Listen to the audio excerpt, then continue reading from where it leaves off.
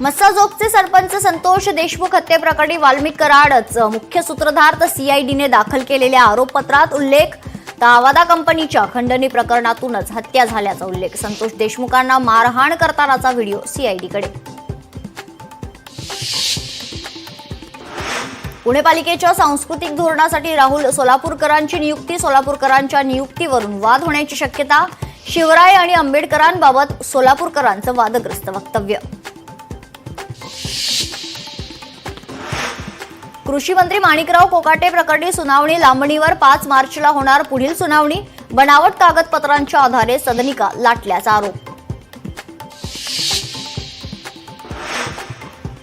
यापुढे विधानसभा निवडणूक लढवणार नाही, मात्र पक्षानं संधी दिल्यास लोकसभा निवडणूक लढवणार.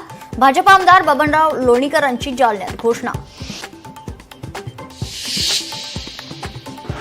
त्यांना 1 दिवस मातोश्रीच्या दारात उभं राहावंच लागेल. रामदास कदमांना संजय राऊतांचं प्रत्युत्तर.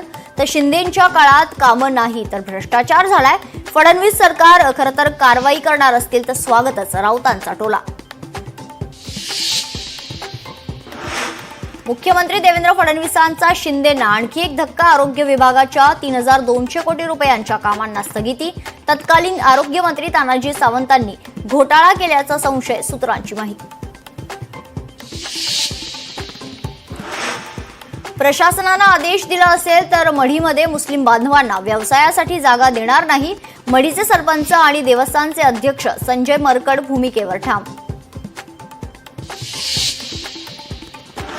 शनी शिंगणापूरच्या शनिदेवाला आता केवळ ब्रँडेड तेलाचाच अभिषेक. शनैश्वर देवस्थान विश्वस्त मंडळाचा नवा ठराव. आजपासून निर्णयाची अंमलबजावणी.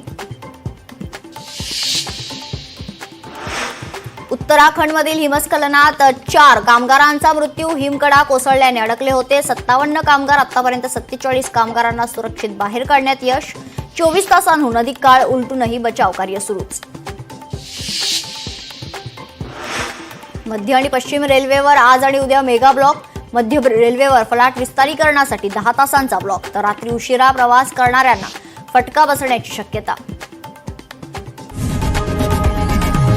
लोकशाही मराठी ऐका, पहा, जागरूक रहा.